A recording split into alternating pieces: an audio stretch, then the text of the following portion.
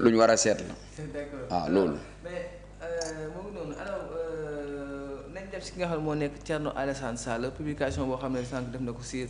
Facebook si wàllu CEDEAO jàpp nañ daal kii di président de la République son excellence Diomaye Diakhar Faye wàllu CEDEAO daal candidat la woon na nga gisee publication bi nga xam ne nii moom moo nekk Thierno Alassane Sall. mais moom est-ce que candidat la woon suñu président candidat la woon mu nekkoon candidat. non attendez parce qu'il faut ñu xam ne présidence CEDEAO dañuy xool kan lañ ko war a dénk su nekkee amuti candidat dañuy xool kan moo gën a jekku ngir ñu jox ko présidence bi. te d'après les informations que j'ai lues ce matin. le président Bassirou Diomaye Faye bëggoon na présidence. bëggoon na. ak kon information ñaata la man liir naa ñu ni moom moo bëggul mais bu bëggoon mën na ko nekk. man de loolu laa gis. waaw ça dépend si yenn information man rek kañ xaaral information président moo bëggul moo tax mais bu bëggoon. d'accord te nag mu nekk woon sax candidat far. d'accord parce que am ñoo xamante ne ku ci mel ni Le Quotidien dane gros ratage diplomatique Julius Maada Bio dame le pion à Bassirou Diomaye Faye ñooñu noonu lañ ko waxee kenn ci ñi nga xamante ne ñoom ñoo joxe xibaar bi la ñaareel bi xaar mu ñëwaat attendez c'est qui encore pardonnez-moi 67e sommet de la CEDEAO entre autres les thèmes Julius Maada Bio sur un terrain miné ça loolu moom ñëpp xamoon nañ ne di yomb mais en tout cas daal li ma bëgg ñu jàpp mooy le choix ci ñaari nit la waroon nekk. parce que ñoom ñoo ñu bees ni mooy Julius Maada Bio président de la Sierra Leone ak le président Bassirou Diomaye Faye te soo xoolee daaw sax bi ñuy def 66e sommet bi le président Bassirou Diomaye Faye était plébiscité pour être le président de la CEDEAO dañ ne woon moom sax parce que ci anam bi ñu ko falee moo tax dañ ne sax référendum la ko sénégalais yi fale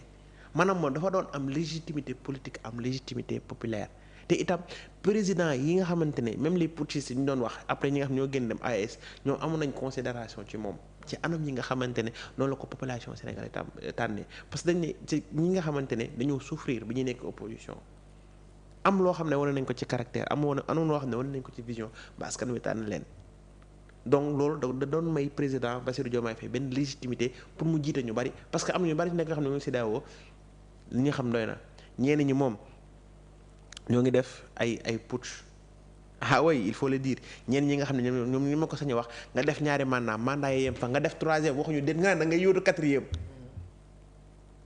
ce qui est contraire ak li nga xamante ne mooy seen législation réew ñoom dañuy modifier constitution à leur guise te loolu CEDEAO da koy bañ te itam ñun problème bi ñu am CEDEAO mooy am na ñoo xam ne dañuy fàtte ne CEDEAO c'est une communauté économique des États de l'Afrique de l'Ouest dit ECOWAS en anglais mooy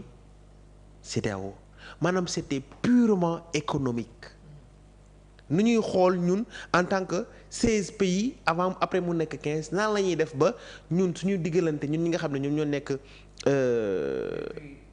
de l'Afrique de l'Ouest ñu xool nan la ñuy def benn communauté boo xam ne dañuy permettre ñu mën a am libre échange yow mi am gerte nga indil ma ko yow mi am xorom nga indi yow mi am diwlin nga indi ainsi de suite et j'en passe loolu moo nekkoon li CEDEAO maintenant dañoo dem ba ci biir di jàpp ne mais warul nekk rek économique ñu dem ba créer une force militaire di intervenir ci yenn zones yi et tout ça mais loolu dafa baax mais pour man pour que CEDEAO mën a fonctionner noonu correctement il faut que déjà ñu changer waat ko mu mën a nekk CEDEAO que mu nekk leneen moo xam ne day jël les problèmes politiques moo xam ne day jël les problèmes économiques et j'en passe et autres mais bien sûr mais dañ ne loolu suñu ko defee peut-être dañuy concurrencer Union africaine te pourtant soo demee feneen am na fa soo demee côté Afrique du Sud am na fa mais bien sûr am na fa soo demee Afrique centrale am na fa soo Afrique du Nord sax ñoom dañoo desee jubóo fa wax foofu ñoom moom ñoo desee naari jubóowuñu non jubóowuñu est-ce que xam nga benn instant le Maroc dafa bëggoon a intégrer CEDEAO Maroc waaye loolu mosoo ko yëg bien sûr le Maroc a voulu intégrer la CEDEAO mais c'est le Nigeria qui s'y est opposé parce que Nigeria mooy première puissance économique bu nekk CEDEAO Nigeria ak Côte d'Ivoire mais ni kon Nigéria dafa bañ parce que xam ne Maroc su ñëwee mais parce que li ñu wax mooy libre circulation des personnes et des biens biir CEDEAO maanaam marocain bi day jël foofu la fa am ci produit yëpp ñëw jaay ñu ko te loolu est-ce que dina arranger Nigéria est-ce que dinañ arranger maanaam des pays mën nañu am des coopérations bilatérales entre eux mais pour mu nekk benn coopération boo xamante ni à travers la communauté mais du leen arranger moo tax le Nigéria s'était opposé c'est pour mu wax leen ne que le CEDEAO en soi la CEDEAO en soi plutôt ngeen baal ma ce n'est pas une mauvaise chose mais ni nga xam ne noonu la ñu koy doxalee moo tax ba ñeneen ñi su ma diggee certains analystes dire que oui la CEDEAO est à la solde de la France mais je me dis que mais je suis désolé mais vous n'avez rien compris de la géopolitique comment la CEDEAO peut être au solde de la France alors qu'il y a des pays anglophones dans la CEDEAO Sierra Leone c'est anglophone Nigeria c'est anglophone Ghana c'est anglophone ñoo ngi biir CEDEAO am na ñoo xam ne dañuy jàlle CEDEAO ak UEMOA UEMOA mooy Union économique et monétaire ouest africaine maanaam ñi nga xam ne ñooy partager le CFA ce sont ces pays là qui sont sous le joug de la France ah oui mais la Gambie mais c'est anglophone le Cap-Vert la Guinée-Bissau c'est lusophone mais ñooñu France dañ leen mën a dara est-ce que am nañu partenariat ak France donc comment peut-on passer ba mën nga xalaat Nigéria ñu ne Nigéria France da koy jéem a kii nii Nigéria day taxaw na France du ma sa morom maa la ëpp ay richesse foofu yor naa pétrole bu dul jeex sama monnaie am monnaie bu 10 muy la naira nga xam ne ñoo bëgg mu dem bay concurrencer dollar bi ngay wax ne maanaam France damay jéem a contrôler mais c'est du n'importe quoi donc la CEDEAO en soi c'est pas une mauvaise chose maintenant que le président Bassirou Diomaye Faye veuille diriger la CEDEAO mais pour man c'est une très très bonne chose maintenant aller à dire que qu'il ne soit pas élu c'est une quand même un échec un ratage comme ñeneen ni ñu ko titré ni ñu koy wax sax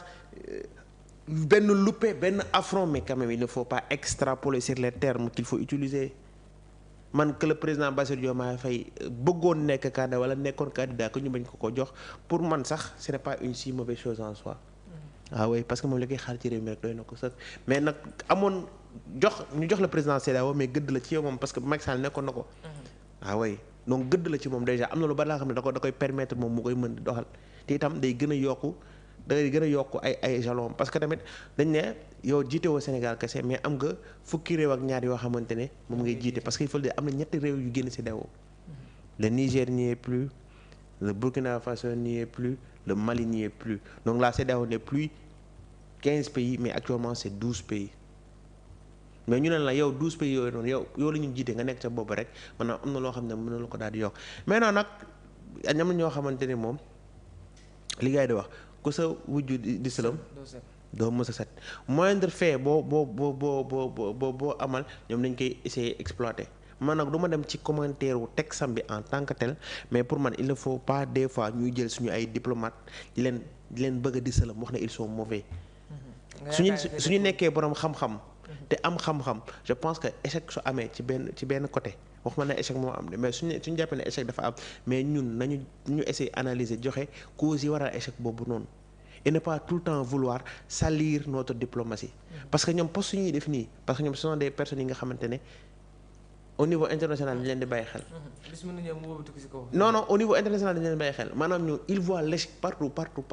mais c'est pas bon. même su fekkee échec la nag il faut que des fois yow à travers tes postes mais ngay joxe jàngat yi war mais faire de gros titres oui ça montre l'échec ça montre le ratage ça mais ça na ban njëriñ lay amal réew mi loolu defaral réew mi est-ce que jar na bay il faut que tamit dafa ñuy xalaat faire de la politique politicienne mais amul dara moom la koy indil nit ñi da leen di soof ñeneen duñ ko jox te bopp xam-xam gi mu am sax ñii duñ ko naawlooti donc ça n'a pas de sens. il faut que des fois que ñuy bàyyi la politique politicienne bu ñuy def te quand même ñuy am des analyses un peu plus lucides koo xam ne day jël réew mi kanam parce que dire que oui le président a été battu par Julius Maada mais ça n'a amul benn sens ak pour man amul benn sens. président xam lu ko doy na far wax dëgg yàlla président Diomaye CEDEAO nga nekk candidat nga bañ a nekk candidat fu mu toll nii suñu réew mi moo la gën a doy fu maintenant comme juróom ni ko doon waxee net ku sa wujji di sëlam doomu sa set te Assane Sall boo ko doon dégg à chaque fois loolu njëkk xaalis moom mooy xam-xam bi nga xam ne nii moom la yoree te xam-xam boobu nag Sénégal li ñu soxla mooy pas di critiquer ay président wala di def ay politique politicien donc fexe sa xam-xam bi Sénégal yi jëriñ siw donc loolu moo ëpp importance muy yow muy beneen xam-xam boo xam ne moo nekk bi Sénégal mais maintenant nag politique dafa dem ba fu mu toll nii kenn xàmmeetul borom xam-xam bi ak ku xamul dara ki ñoom ñëpp mélangé wu donc tamit nañ si bàyyi xel bu baax a baax donc Khoura maintenant dama jàppoon sax même fekkee sunu président dafa demoon sax nekk candidat sax ñu gañ ko fa sax yow da nga war a ñëw def benn publication bu rafet bu am solo ay témoignages rafet mais maintenant politique moom waaw Sénégal kenn xamatul la politique moo ñu gën a delloo ginnaaw politique moo waroon tax ñu dem avancer maintenant c'est tout à fait le contraire politique moo ñu nar a delloo ginnaaw Ousse